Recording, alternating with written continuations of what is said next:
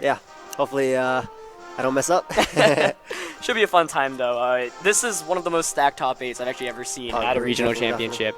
I don't have the full list on me, actually, but... We have it right here, definitely. We got some names going. Okay, so we got some names. I can tell you a few people, though. We got Angel. Here we go, yeah. Chris. Thank you so much. So the official top 8 currently is Ashton Cox versus Chris Danzo, which is actually going to be streamed. Stephen Maya versus Inashachar.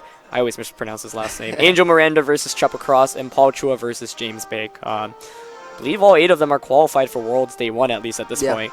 And this is incredibly definitely a stack. It's been a long day, and these guys have fought hard to get here. Yeah, 8 best-of-3 sets, and the champion's gonna still have to win 3 more. Exactly. So it's gonna be a long, top 8 for the players who keep on advancing. But we're actually featuring Ashton versus Chris because Ashton's the undefeated and he hasn't been on stream all day. I know other players might want to see matchups like Angel, Chupa, Paul James. I know I'd want to see that too. Yeah, but definitely. honestly, all of these sets I think will be really good. These are all phenomenal players. Yeah, Ashton has just had a phenomenal run all day undefeated, and that's saying something in best of 3 when so many things are factors in coming into that win. Yep. And Chris himself is actually rocking a really, really cool team, something I considered myself running. We have Aveltal, Manectric, Kyogre, Bronzong, Gengar, and Lanners T. Aveltal, typically people like to say it matches up really well versus the Double Primal matchup, and he's been playing it well. And you have the Electric plus Kyogre, so fun to see like some HP water action coming on. Right, some natural synergy going on there. Yeah. We did see Chris on stream earlier, and he played really well. We saw a lot of tricks from his team, and you can read off Ashton's team. Ashton has Infernape, Xerneas, Salamence, Smeargle, Bronzong, and Groudon. So the Infernape is very interesting. It's actually a really cool mon because of its speed tier and obviously the fast fake out.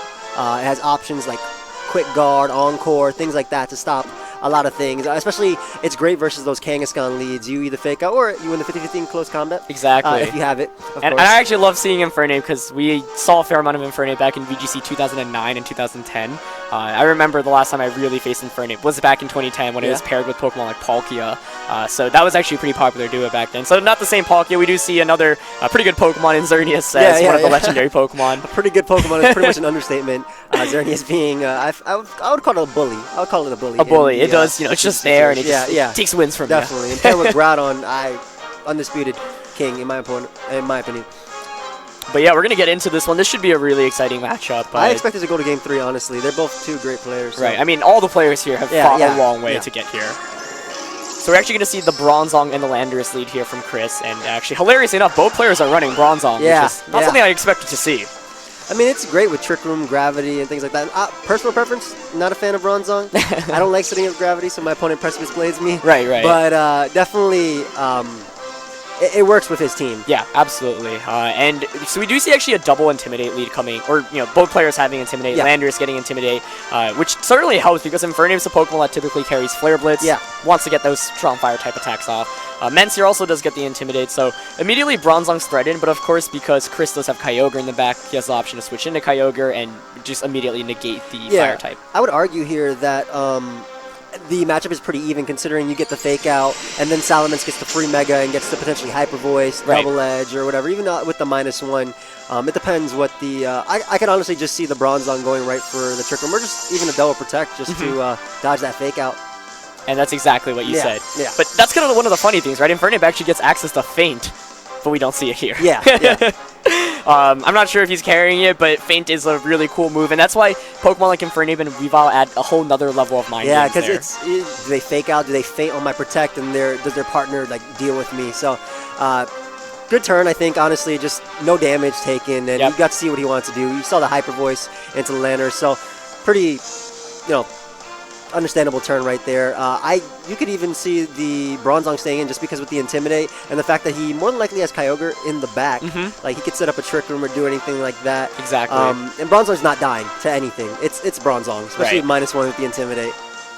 And it looks like both players actually just going to opt to stay in, just going to go for as much damage as possible. Will that chip damage be enough? We actually don't even see a Flare Blitz. It's an Encore going straight into Bronzong. That's going to lock it into Protect. Landorus there takes under 50% from the Hyper Voice, showing that it's still relatively bulky. We do see the Earthquake coming out as well. Going to target down that Infernape. We'll most likely be able to bring it down to its Focus Sash if it has one, as it does. Yeah. Definitely Definitely a really cool turn, though, and especially we see Life Orb on the lander, so now it's potentially in range of the Hyper Voice. Yep. And Bronzong locked into Protect. I mean, unless it just wants to stay in and keep clicking Protect, it's got to switch out. Yeah, definitely. So I think Ashton has the turn advantage right there, I would say. The Encore was really cool to see. We see a switch out from the Infernape, more than likely expecting Bronzong switch, so we'll see what Ashton was actually predicting right here. And that Encore adds so much more momentum onto his favor. And what a fantastic move there. And Lander switches out as well. Pretty likely, especially because the Hyper Voice was more than likely a 2-hit KO after the Life Orb damage. Yep. So. And Manectric's actually coming in. He's actually deciding to stay in with Bronzong, right? He did it. Your two options are keep on protecting or switch out, and he's going to stay in here. I guess he didn't want to give him too much momentum because he more than likely expected Ashton to switch out anyway. Yeah. And I don't know if he expected a Xerneas in the back or anything like that, but it's cool to see Bronzong in because Bronzong obviously deals with Xerneas and sets up Trick Room on Ments for days. So not too bad a matchup for Chris in general, just because Manectric gets up the Mega, can Volt Switch on out of there if it wants to. Bronzong's still in. As we said, it does deal. And I believe this is the last turn of Encore after this. So it's just still kind of an awkward position, right? Because Xerneas could be tempted to Geomancy up. Yeah. If you can Geomancy before Bronzong gets the ability to Gyro Ball, not to mention that Bronzong is actually intimidated from that first Intimidate. And with Infernape in the back, now it's not going to be intimidated. You threaten with Flare Blitz as well. Yeah. But it's actually going to be Groudon. It's even better Pokemon to threaten. Exactly. Yeah, Groudon coming out right now. It's level 49. Why? Wait. Why? So this is actually the second time we saw level 49 Groudon. I played against one in the finals of SoCal Regionals. And the logic behind it, we've seen a couple of players use it as well. I know Dufflo over in Germany was using it on a team as well. So you guarantee that you outspeed, min-speed Groudon on other Groudons. Okay. Yeah. Okay, and under Trick Room. Yeah. So I'm assuming. Okay, yeah, so that makes sense. Great switch by Chris right here. Definitely, we threatened the Groudon with obviously the Origin Pulse could come out, and a potential Hidden Power Water from Manectric as well. Though you could argue it wasn't so great if this Xerneas does set up. However, if Manectric did, end up going for Volt Switch on that Xerneas set, bringing back in Bronzong with the Rain set up, so obviously Groudon can't touch it. Yeah, it could be a great turn for Chris right here. So really well said there. I think Chris's strategy here is he realizes, okay, if I can get Bronzong in, then I can eliminate the Xerneas. Exactly. And how does Bronzong stay, alive and on the field as long as it doesn't get hit by fire type attacks? And that's what my Kyogre is out here to do. And we do see that Volt Switch on up to Xerneas. So even if he does go for Geomancy right here, Bronzong is more likely to come out. He cannot touch him. There's no way Chris is going for Gravity anytime soon. Yeah, that would not really help his case out right now. And the Bronzong does come back in here. We do see the Geomancy, but I really like what Chris did there. This is one thing we see a lot with Xerneas. Xerneas is such a good Pokemon in this format because you get the Geomancy, you get the boosts, and suddenly it threatens everything. But there are a couple of key Pokemon that can shut that down. We actually saw that in Senior Finals just now, where Mawile was able to come in after the Xerneas got the boost, and with enough pivoting, Ironhead just picked up the knockout because there was no way to one-hit KO Mawile. Definitely. So here we have the case, right? Bronzong is normally threatened by fire-type attacks, but right now, Groudon can't do anything other than Precipice Blades. Maybe it has like Thunder or Thunderbolt. Would you even risk Precipice Blades right here? No, when Kyogre can threaten you? And I could see Xerneas going for Protect, definitely. Otherwise, it loses to Gyro Ball right here. Right. And honestly, I think Chris is in a fantastic situation right now. Just the positioning right here. Right. Because he has a Xerneas with the +2/+2/+2 boost, but it doesn't want to attack this turn. It can't knock out Kyogre. It can't knock out Bronzong. I guess potentially we could see the double into Kyogre, maybe with the Moonblast, Precipice Blades, if he wants to get rid of Kyogre, and then maybe have Infernape later clean up with that Blaze boosted Flare Blitz. Right. Because Rain will... however, like Groudon right now is probably going to be slower than Kyogre, that's kind of the awkward thing. Running 49 Groudon, your opponent immediately knows I'm going to outspeed you. So we do see the Infernape come back in, and now the question is he going to protect the Xerneas, which he is, and I think that's a smart play here because you can actually just sack the Infernape and bring Groudon back in. Exactly. And we'll probably see Bronzong going for some sort of support move because I think the Protect was kind of what Xerneas had to do this turn. So we do see a Water Spout getting rid of Infernape easily. That poor Infernape, dude. That thing had a family right there. Water Spout at 1 HP. It did what it had to, man. Yep. And we do see the Trick Room. So again, some sort of positioning control right here. Getting rid of that Trick Room. Xerneas is not a factor as much anymore. Though this does allow the level 49 Groudon to come back if it wants to. Yeah, this is kind of an interesting position, right? You set up the Trick Room so that now your Kyogre and your Bronzong outspeed the Xerneas, because Xerneas is looking really scary. But of course, now it does set up Groudon to use Eruption, Precipice Blades, whatever Yes. attacks it's carrying, and Groudon's guaranteed those attacks.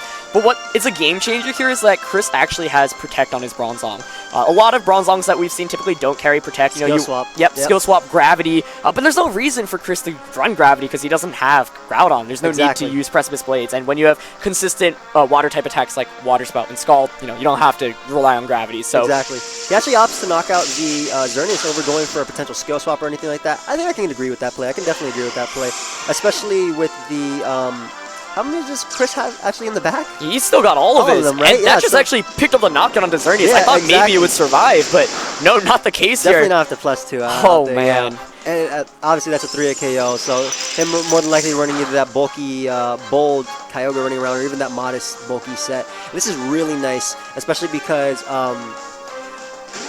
Ashton is down to 2 Pokemon left. If Kyogre swaps out, it gets the rain back up, and Groudon is gone, especially with the fact that Trick Room is up as well. Yeah, you don't actually even need to swap up. You can just skill swap an Ice Beam. So, exactly. I mean, there are a plethora of plays right now, but this is Chris's to lose. He's up 4-2 right now. He's still got Landorus and Manectric in the back for Intimidate, and he's got Trick Room. Yes, Groudon's good under Trick Room, but Salamence is going to be the fastest Pokemon. And there's the skill swap We do play. see the skill swap, exactly, yeah. So, phenomenally played by Chris, right? I have to agree. He denied, basically, the Geomancy setup. Xerneas didn't do anything. Exactly. It was there, and it pieced out. Like, that Protect, some people might have questioned it, but that definitely worked out for him. Like, staying in with Bronzong, he knew what he was doing. He knew what position he had to be in right there. So and that one extra turn, play. caught Ashton off guard, because then he switched out the turn after, and then that was it. Like, Ashton was like, he clearly just wasn't expecting. He was expecting the switch. Definitely. And this is kind of interesting because Kyogre is floating now. Of course, there is no rain up anymore, but you still have Scald and Water Spout. And Groudon can't touch it. And he even brings out Landorus, more than likely, scouting for like maybe the Fire Punch or anything that can come out like that. Yeah. Kyogre is not going down. I don't even know if Mench's Double Edge actually knocks it out at around 55–60%. Right. I mean, Trick Room's still up, so Exactly. he's got to be hoping for a double protect Double here. protect is the only play. Yeah. But that's actually kind of scary, right? Because normally when you think, it's like, oh, it's a double protect, it's a 1/3 chance, but that 1/3 chance could swing momentum back into his favor. For example, if Groudon has an attack to knock out Landorus and you stall out Trick Room, then maybe you can pull something off, but still a difficult one. The thing is, we don't know Manectric's moveset and what hidden power it has. Yeah. Because typically it's like hidden power ice or hidden power water. Yeah. We can't have both. So that's what Ashton has to be going for right now. Just hope you keep on getting protects off and stall out the Trick Room so that your Mens can sweep the game in the end. But there's still not very much he can do right now, I think. Let's actually see what he ends up doing. Will we see the rare HP Ice Groudon? That is a thing, right? We do see it. I have seen it. Yep. But we actually see the switch out into Manectric, further reducing Groudon's physical type attacks. So this is a really solid play too, because it's making sure that Mench's Double Edge doesn't get rid of Kyogre, and he does get the Double Protect. Yep. He does get that Double Protect. I'm assuming there we see the Fire Punch right now. Will that be able to knock out Manectric with the -2? Wow, crit. As Chris shakes his eyes a little bit. I mean, that's what Ashton needed, right? He's going for everything. His win condition, basically. No, definitely. He's putting himself in a position to win, regardless of being down. Right, but there's still one more turn of Trick Room, which is but you'd have to imagine, that's everything he could have done. He got the most out of the position he's currently in, and now, I think if you're Ashton, you just pray that you get a third Ice Beam. Sorry, a triple protect, and hope Ice Beam doesn't connect. And if you're Chris, that's a little bit scary. And maybe crit Fire Punch as well on the Landorus T. Yeah. That crit, I think, probably mattering on the Manectric. And Manectric is frail, but the Intimidates just add up consistently, and you'd imagine something like Chris's Manectric probably has a little bit of defensive investment. Yeah, definitely. I actually could see the Groudon going for Fire Punch crit on Kyogre or Rock Slide or something to weaken it to put it in range of the Hyper Voice. Yeah. Because it did get that -2, or I think -3 now with the Landorus coming out again. Yep. So. And maybe hope for a burn as well, right? Yeah, exactly. He's still got to get a lot of RNG right now to win this. But Pokemon's the game where you should never give up unless you literally have lost. Yep. So he's going for what he can. It looks like he's actually using the timer to his advantage as well, but I don't think that will be a factor. We do see Protect on the Landorus. Not sure how much that's going to come into play this turn. As we do see the triple Protect. Oh my god. Will it matter? Does he Fire Punch Kyogre? He does not. No. And the Trick Room is down. I'm gonna tell you, I would have liked to see Landorus Earthquake there, I think. Yeah. Getting rid of Groudon, pretty much just giving Kyogre the hit. And maybe potential Protect from Kyogre as well. Like, there was no way he was knocking out the Groudon unless he got a crit with Fire Punch. But then again, it is Pokemon, so it's tough to say. I mean, it's still a little bit tricky here. Like, Salamence is going to get the Hyper Voice off. Let's see if it's enough to knock out the Landorus. It is enough. Crits and the to Ogre crit too? Kyogre as well. Oh, but it's Ice Beam. I think that's. I don't think Ashton will be able to knock out Groudon here. Ice Beam should knock out Salamence. He's gonna have to hope for a Fire Punch crit or burn. Yep. Let's see, Ashton. Can you pull through with this? This is crazy if he gets it. I'm telling you. No way! He actually crit! What? He actually crit! Oh my! I cannot believe what I just saw. What the heck? Pokemon truly is a game where you do not give up until it is over.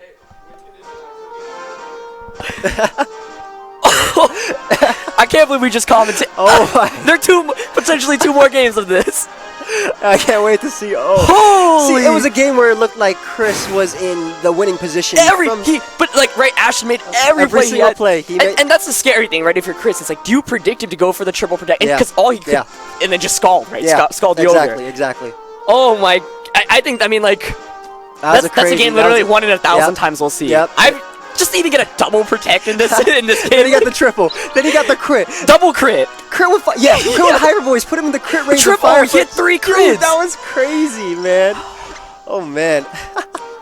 That was definitely the game, and I love how Ashton played that. He definitely played the late game extremely well. I really wanted to see. I think he should have Earthquake. Chris should have Earthquake because the Fire Punch I don't think would have been a knockout. Landers. You get that Earthquake off, you win the game. Well, I think actually. Well, it hit Kyogre, but at the same time he could have protected with Kyogre. So I don't know, because Salamence definitely had to go for protect at one of those given points. But yeah, we're gonna be here with.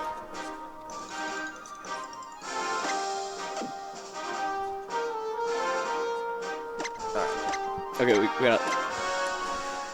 Yeah, sorry, we just have to be a little bit more quiet since we are. Sorry, as two Pokemon players. Dude, no, that was. Yeah, it was. I mean, you and I both know, dude. Yeah, it's fun to see, right? Because they did what they had to, both players, but just the likeliness of that happening. Insane. Like, that was a miracle comeback. Yep. And Ashton got it. I mean. But now, see, can he pull it off again? Is he gonna leave it to chance? I mean, definitely just the mentality, just having that one win over him. I'm sure Chris is feeling like, oh man, how do you have that win out of here? Like I would feel like that if that ended up happening to me. I mean, so. that Chris has to stay concentrated because he played phenomenally there. Yes. But he cannot go on tilt because it's so easy. That loss is literally once again like 1 in 1,000. But that's Pokemon, right? Yeah. There's that chance of it happening. So this is the best of 3. You can still have 2 games. You know you were so much in the lead and you were playing so well too. I think Chris played phenomenal. Okay, I'm sorry. The commentators are trying to figure out how loud the volume should be, but we're doing our best here. Apologize about that, guys. We really were just excited about that, or just surprised, honestly. So we do see a Scarf Dark Void. Ooh, Bronzong more than likely packing the Lumberry, but obviously with that fake out, it's gonna pop that turn. So I feel like I'm watching a VGC 2009 game right now. This is straight up like Pokemon out of 2009. Infernape, Smeargle were common? Infernape was there. Smeargle it had some pretty noticeable finishes. And Bronzong and Gengar were like in the 08-09 metagame. Like these weren't like actually teams, but like all of those Pokemon were there. And it's so funny that in the format of legendaries we have a field of Infernape, Smeargle, Gengar, and Bronzong. Like who would have thought? All these babies. It's actually Dark Void scares me when you use it because you never know if you actually hit both of them because they both go into the void, but then one of them comes out awake. Yeah, unless it's a double avoid, you know that maybe only one will hit. And we actually just see Ashton continuing to use the Scarf Dark Void. Gengar can wake up here, but it takes the second turn of sleep, and we're really rolling some dice right now. Wasn't that officially the first turn of sleep? Because that would have been a first turn wake if he did wake up, because the turn he took it was the... Sorry, first turn wake up, right. Like, he had a chance of waking up there because Smeargle outspeeds. But we actually see the Flare Blitz just knock out Bronzong. And, wow, Ashton is in a really great lead there. You know, maybe Chris was hoping that Smeargle would switch out and get something off with Bronzong or wake up, but Ashton's like, nah, I'm Scarf Smeargle, dog. Like, I'll just keep on voiding you. I'm actually surprised. I mean, it makes sense why Chris also couldn't switch. Like, if Chris wanted to go out to, like, Bronzong to avoid... I mean, not Bronzong, excuse me. Kyogre to avoid, like, the fire move. But you're playing around with Scarf Smeargle. Yeah. It's literally clicking Dark No, that's Voice. A great point, right? Like, any switch can easily be punished, and then you don't even get to burn a turn of sleep. So I actually really like the Infernape Smeargle lead on Ashton's end. He's switching out into Salamence. I see Chris is crossing his fingers, praying that he gets something off here. I'm thinking we're seeing an Icy Win. I'm thinking an Icy Win. That would be huge. Right I'm thinking that, definitely. Let's see if... obviously, Protect, great play, dodging the Dark Void. And And that's why Dark Void and Smeargle are two of the most frustrating things to deal with. I think an Icy Wind there would have been so big because then Salamence is slower, Smeargle's forced to switch out or stay in, but then you can just like Icy Wind, Rock Slide, Earthquake, such a combination of attacks. We've seen Landorus his Life Orb already. Yeah, and honestly, this Gengar could have been such a huge threat as well if he hit that Icy Wind. Salamence would have taken more than half. Yeah. As you already said, Smeargle's slower, Landorus threatens it, and we've already seen the Infernape in the back, so we've seen most of the team. Like, had he hit that, he probably could have clicked Icy Wind and Earthquake. No, that's literally autopilot mode, but now Yeah. it's so much harder because Smeargle now outspeeds Landorus, so you might have to go for a double protect of your own, hope that you wake up and then get an Icy Wind off. But Ashton, this Scarf Smeargle strategy is just working out. There's no taunt on the other side. Ooh, he did get off the double protect. Okay, going for This is insane. And Ashton didn't even bother protecting. Oh, wow. Oh! Gengar ends up waking up. It misses the Smeargle. This is unreal right now. A double protect first, like I never see double protects anymore because they did change the chances to 1/3 in the newer generations. But here's a Hyper Voice as Gengar takes over 50, and now it's a question of spam Dark Void again. He missed it. I mean, that's the format. You're playing around with inaccurate moves. It's what you do. It's really unfortunate for Chris, honestly, but we're gonna see. Let's see. Here's one of two at least. All right. If it hits both, I think that's game over. Honestly. Definitely. That's there's the Lando, and it's already confirmed. Mence is obviously faster after Mega, and there it goes. Yep. Oh man. And people can like criticize the Scarf Smeargle strategy, but like that's the thing. Most Smeargles in this format now are Focus Sash, or Mental Orb, and they're like these Smeargles that have so much versatility with their movesets, but Ashton's is clearly meant to do one thing, put Pokemon to sleep. And so many people, like I know that I've heard about, just don't know that Ashton Smeargle is Scarfed, because you're expecting the Sash variant. They put both of your Pokemon to sleep. Of course, the chances of Dark Void connecting is 80% on a single one, so double connecting is 64%. Odds are still in your favor on that one. Yeah. You get a double connection, suddenly your opponent's like, whoa, both of my Pokemon are asleep. Even if you miss one, right, you get the other one and put it to sleep, you're still in a really good position. Exactly. So Chris not bringing any Pokemon to taunt or to fake out, and it actually doesn't look like any Pokemon on his team can deal with Smeargle well, other than Bronzong. Bronzong would have needed to hope for to stay around, and I think him not switching to Kyogre was a big deal. Definitely. He sure might have been afraid of Kyogre falling asleep, but then the thing is, you have Kyogre and Bronzong both asleep against Smeargle and Infernape. And we see another Dark Void as well. Landing on the, yep. And it's a shame, because Chris actually got the double protected he needed. He gets the superpower off, but I fear it might be a little bit too late. In vain, yeah. That Life Orb hit's going to put it in range of Hyper Voice. Yeah. Anyway, as we saw earlier, and the Kyogre's asleep, and we more than likely are going to have a Groudon in the back. Well, it's... Maybe Kyogre can come through, depending on what his last mon is. Maybe if it's Xerneas and some Origin Pulse crits, we can see something going on. But Landorus gets knocked out there. Got a crit on Kyogre just to spite him. This has been one heck of a set. I don't think... I mean, RNG was definitely a factor in that first game, obviously. That was, once again, one of the craziest finishes I've ever seen. Like, I played this game for 8 years, and in VGC on an official tournament, I've never seen something like that. He got everything he needed, like, 4 turns in a row. Literally, yeah. And, I mean, that's going to be game here, but game 2, Ashton did, he obviously had to hope Dark Void connected. Yeah.